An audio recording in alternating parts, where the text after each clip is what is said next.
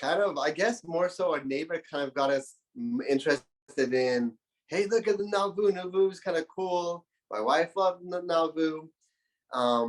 But the main part is I had this job I'm going with, and I'm looking for something new. And they says, hey, you should apply for this. So I applied for the job, and they gave it to someone else. And then it says, okay, get this. You have another one. I recommend you come interview. And I interviewed again. I told my wife, if I don't get this job, that means we need to move. But she's having the similar situation at the same time where she's trying to get a promotion at work, and it's not going the way that we think it should.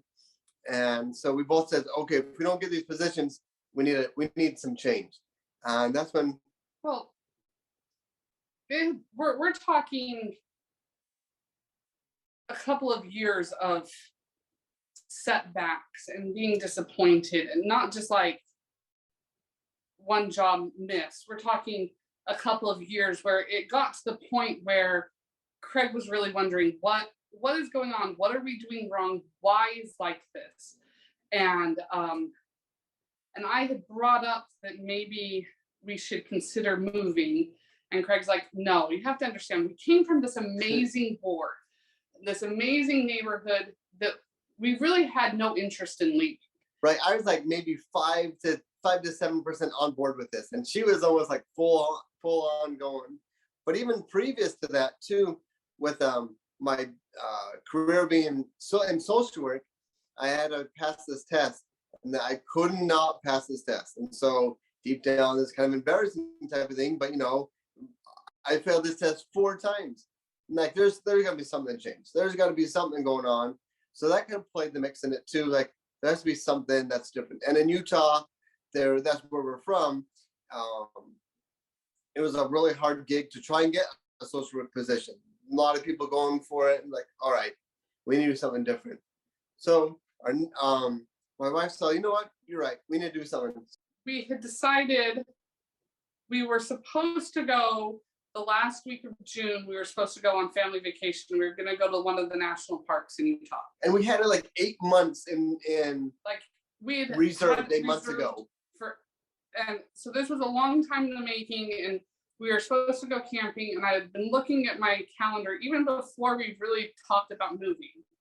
I looked at the calendar and realized that the way things fell, we had 4 additional days that we weren't doing anything because of the weekends and stuff. And I said, Craig, we're not utilizing our time very well. I think we should go to Nauvoo.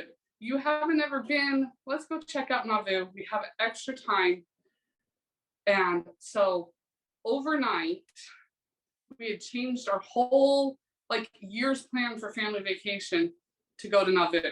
And at the time, you had to have appointments scheduled to go see anything in Nauvoo. And the calendar in Nauvoo is weird. The weekday doesn't start on Sunday on the calendar that you sign up for. And so I signed everything up thinking that the days were different than what they were. And I somehow left nothing open on Monday because I thought that was Sunday, and I thought we wouldn't be there yet. And so we had this whole empty day Monday. Then 4 or 5 days after I'd planned all of this, we find this open job in Quincy. And so then Craig applies for it. So what, like a Saturday or Friday? You're like, oh, look, I found a job. I found a job posting on Saturday night. He applied for it Saturday night, and he got a call back Monday. Yeah, I was like, what the heck is this? Like, really? And then okay, there's 2 Quincy's. Quincy, Illinois, and what was that? Massachusetts. Yeah, or something like that. Quincy, Massachusetts, something like that. Are you sure you want this job? And for Illinois, I'm like, yeah. Well, why? I'm like, well, we like Nauvoo area. And they're like, okay, we're going to interview you. So that was Monday. Interview you Tuesday. Sent me a time for Tuesday. And they set up a time in the morning, and it was a virtual one. And she's like, they really like this. Okay, we're interviewing some other people. We'll let you know by Friday. Well, was it that same day? It was 11 o'clock. It was like a couple hours later, like, yeah, we'd like to offer you the job. And I'm like, okay, I'll take it. And they're like, wait, are you sure? Do you want to talk to your wife first? Like, no, I'll take the job. I think you should talk to your wife first, right? So I'm like, okay, I'll talk to my wife. So he got a job offer like the 20th of June. We went on vacation the last week of June. We had one spare day that had no plans. That we came down to Quincy. He signed papers and we bought a house. Yeah, send all the documents to Quincy. We are the same time that we bought our house. We got an offer on our house and it was sold while we were on vacation.